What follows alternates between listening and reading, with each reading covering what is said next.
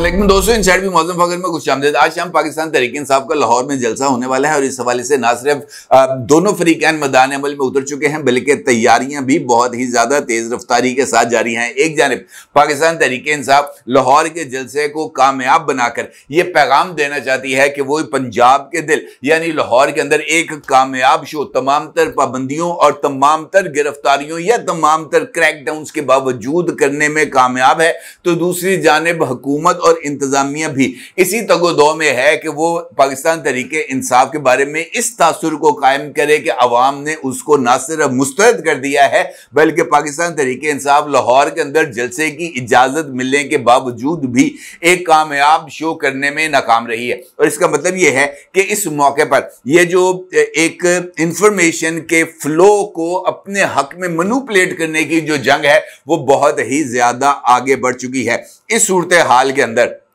जो कुछ हो रहा है, यानी जिस तरह की इतलात आ रही हैं कि जनाब जलसे के लिए तैयारियां मुकम्मल कर चुकी हैं, इंतजामिया के भी इंतजामात मुकम्मल हैं, काफिलों की रवानगी भी हो रही है, नाकाबंदियां भी की जा रही हैं। गिरफ्तारियों के साथ साथ पाकिस्तान तहरीके इंसाफ पर बिजली गिराने के लिए एक अहम तरीन बल्कि हसास तरीन मामले पर 3700 ये नंबर है जो अहम तरीन सरकारी जराए इसका इंकशाफ कर रहे हैं कि 3700 अफराद के घरों की डोर नॉकिंग यानी बुए खड़काना, यानी ये चेक करना कि जनाब यहां पर वो तमाम लोग मौजूद हैं जिनको किसी भी वक्त पिकअप किया जा सकता है, उठाया जा सकता है। तो इसका मतलब यह है कि इस जलसे के पैरेलल कुछ ऐसे इंतजामात भी किए जा रहे हैं जिसके बारे में यह राय कायम की जा सके। वो लतीफा आपने सुना होगा, खोचा दोबारा होगा, ये खोचा दोबारा होगा, यानी एक्शन रीप्ले, यानी एक बारी फेर की जो सिचुएशन है ये मुझे डेवलप होती हुई नजर आ रही है। और यकीनी तौर पर आप ये जानना चाहेंगे कि ये जो कड़मस है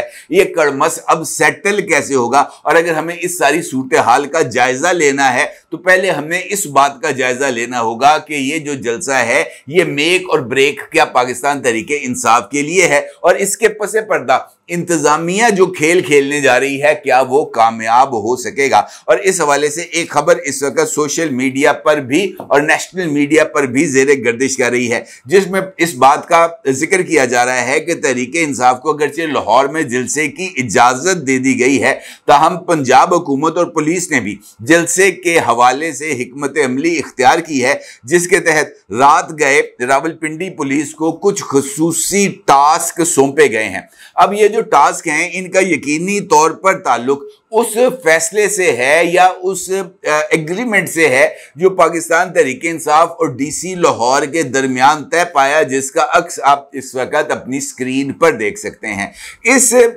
जो जिसे हम कह सकते हैं कि एग्रीमेंट के तहत इस बात का तयन कर दिया गया था कि ये जो जलसा है आज दोपहर 2 बजे इसका आगाज होगा और शाम 5 बजे इस जलसे को हर सूरत वाइंड अप करना है। इसके साथ साथ इस बात के लिए भी पाकिस्तान तहरीके इंसाफ को पाबंद किया गया था कि इस जलसे से पहले अली अमीन गंडापुर साहब जो कि वजीर आला खैबर पख्तूनख्वा हैं, उन्हें मवेशी मंडी इस्लामाबाद के अंदर जो खिताब किया था उन्हें इस खिताब पर ना सिर्फ माजरत करना होगी बल्कि इस बात का पब्लिकली इजहार भी करना होगा। और इसी एग्रीमेंट के तहत बैरून शहर से यानी लाहौर से बाहर से किसी भी जत्थे को, ग्रोह को या काफले को लाहौर एंट्री की इजाजत नहीं दी जाएगी। ये वो इंतजामात हैं जिनका मैं आपके साथ जिक्र कर रहा हूं और ये वो इंतजामात हैं जिसके हवाले से पंजाब पुलिस को आगाह कर दिया गया है। अब इस सारी सूरत हाल के अंदर जो काफले हैं उसकी बहुत बड़ी तादाद के बारे में पेशगोई की जा रही है कि वो खैबर पख्तूनख्वा से आएंगे और काफलों की रवानगी के हवाले से इस वक्त मीडिया के ऊपर खबरें भी गर्म है कि खैबर पख्तूनख्वा से जो काफले हैं वो कल रात से ही रवाना हो चुके हैं, जबकि पंजाब पुलिस का यह मानना है कि किसी भी ऐसे ग्रोह को जो काफिलों की शक्ल में आ रहा होगा उसको पंजाब के अंदर एंट्री की इजाजत नहीं दी जाएगी। अलबत्ता प्राइवेट गाड़ियों के अंदर या वो तमाम लोग जो प्राइवेटली बगैर किसी काफिले के लाहौर आना चाहेंगे उनके रास्ते में किसी तरह की कोई रुकावट नहीं डाली जाएगी। यह खबर भी इस वक्त मीडिया पर जेर गर्दिश है कि खैबर पख्तूनख्वा से एक बहुत बड़ी तादाद के अंदर एक्सीवेटर्स, क्रेनें और इससे मुंसलिक जो दीगर रुकावटें हटाने के लिए जो मशीनरी है उसको रवाना कर दिया गया है। तो इसका मतलब यह है कि घुमसान का रन होगा और वो भी खैबर पख्तूनख्वा से पंजाब की हदूद में दाखिल होने पर। और यही वो मुकाम है, यही वो नुक्ता है जो इस वक्त सबसे ज्यादा अहमियत का हामिल है, क्योंकि जहां तक मुझे इस बात का अंदाजा है, और खासतौर पर मरियम नवाज साहिबा की एडमिनिस्ट्रेशन का, वो पंजाब की हद तक लोगों को जलसे में दाखिल होने से नहीं रोकेंगी। अगर काफिले की शक्ल में या इंडिपेंडेंटली लोग गुजरांवाला से आकर लाहौर जलसे में शिरकत करना चाहेंगे तो वो तमाम रास्ते जिसके बारे में पाकिस्तान तहरीक इंसाफ को बावर करा दिया गया है कि अगर जीटी रोड से लोग दाखिल होना चाहेंगे तो वो काला शाह काकू के मुकाम से रिंग रोड के ऊपर चढ़ेंगे और वो कान्ना इंटरचेंज से नीचे उतरकर कान्ना मवेशी मंडी का मुकाम जो है जिसका तयन किया गया है इस जलसे में, वो वहां से उस जलसे में शिरकत करेंगे और रिंग रोड से ही एग्जिट लेते हुए वापस जीटी रोड से चढ़ के अपने मुतलका शहर को चले जाएंगे। वो लोग जो मोटरवे को इस्तेमाल करते हुए शहर के अंदर दाखिल होंगे तो उनको भी रिंग रोड ही इस्तेमाल करना है और वो रिंग रोड के जरिए ही कान्ना पहुंचेंगे और कान्ना के ऊपर अपने जलसे के अंदर शिरकत करेंगे और रिंग रोड से ही वापस चले जाएंगे। ये रिंग रोड का मुकाम इस वजह से इसका इंतखाब किया गया है कि बैरून शहर आने वाले काफिलों से लाहौर की जो जिंदगी है रोजमर्रा की वो मुतासर ना हो और लाहौर से जिन लोगों ने शिरकत करनी है उसके लिए भी रूट का तयन कर दिया गया कि जनाब आप इस मुकाम से लाहौर में यानी फिरोजपुर रोड से आप कान्ना के ऊपर आ सकते हैं। इसके अलावा किसी और जगह लाहौर में आपको हंगामा रही करने की या इस बात की शिकायत करने की कि जनाब कंटेनर लगे हैं इसकी इजाजत नहीं। जो रूट आपके लिए तय कर दिया गया है उसी रूट पर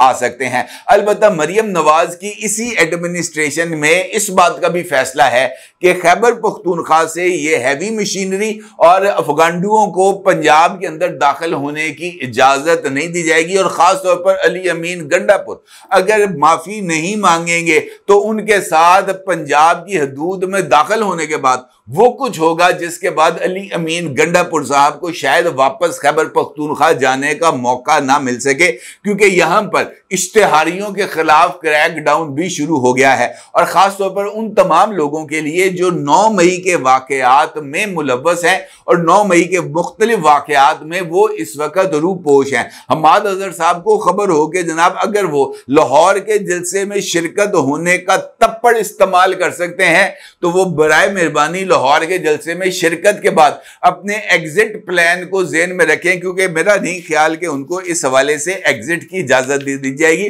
और यही वो नुक्ता है जिसका जिक्र मैंने आपके साथ गुफ्तगू के आगाज में किया था, यानी खोचा दोबारा होगा, एक्शन रीप्ले या इकवारी फेर, क्योंकि इसी इकवारी फेर का ताल्लुक उस डोर नॉकिंग मुहिम से है, यानी 3700 अफराद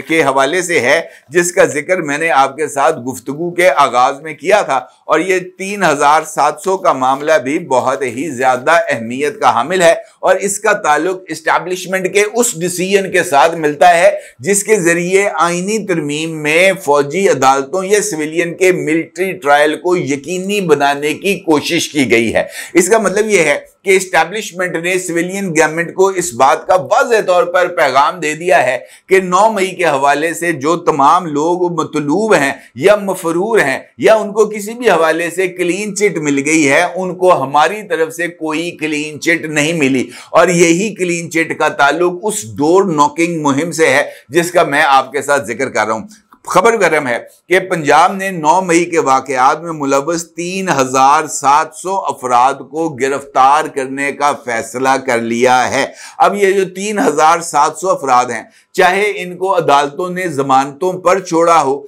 या ये वो लोग हों जिनको पुलिस ने तफ्तीश के दौरान भी छोड़ा हो या ये वो लोग हैं जिनको जियो फेंसिंग के दौरान राउंड अप के दौरान गिरफ्तार किया गया हो, ये जो 3700 हैं इनको मोस्ट वांटेड क्रिमिनल्स के तौर पर कंसिडर किया जा रहा है और ये 3700 अफराद को एक मर्तबा फिर हिरासत में लिया जा रहा है और इस हवाले से 42 अफराद 42 लोगों की एक फहरिस्त, जिसका अक्स भी आप इस वक्त अपनी स्क्रीन पर देख सकते हैं। इनके हवाले से पंजाब हुकूमत को, पंजाब हुकूमत के इदारों को इस बात से आगाह भी कर लिया गया है कि इन अफराद को हमने कस्टडी में लेना है। अब इन अफराद की कस्टडी, जो 42 अफराद की लिस्ट सामने आ चुकी है, 42 अफराद के हवाले से इंतजामिया और पंजाब पुलिस ने डोर नॉकिंग मुहिम का आगाज कर दिया है। यानी इन 42 अफराद को, जो कि इसी 3700 अफराद से ताल्लुक रखते हैं,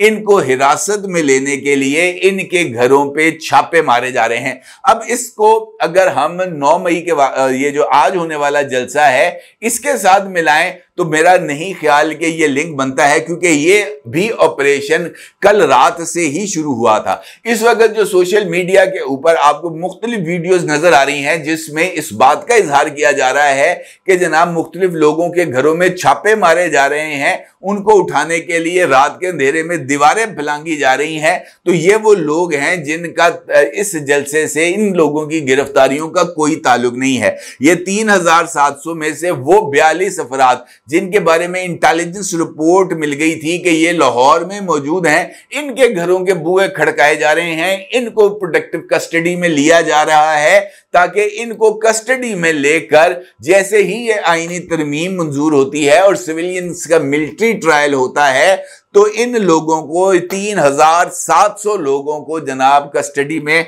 जो भी लोगों को मांगा जाएगा उनको कस्टडी में दिया जाएगा। ये बात तय है, इसके अंदर किसी को भी कोई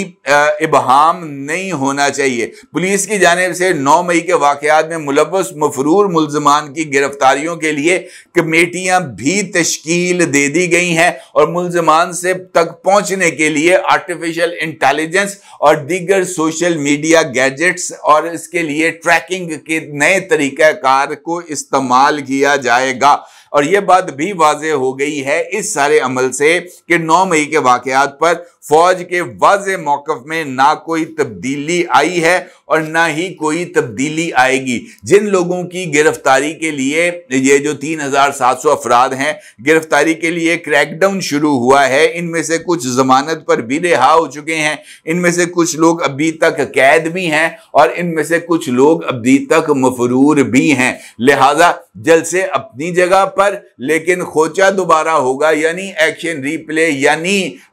एक बारी फेर वाला अमल भी दोबारा जारी है। और ये इस बात की तरफ इशारा है कि इस्टेब्लिशमेंट इस वक्त वो जो ना गुडी गुडी माहौल, उसमें से बाहर निकलकर एक अग्रेसिव स्टांस के ऊपर आ चुकी है और वो मौजूदा हालात में मौजूदा जुडिशरी पर किसी तरह का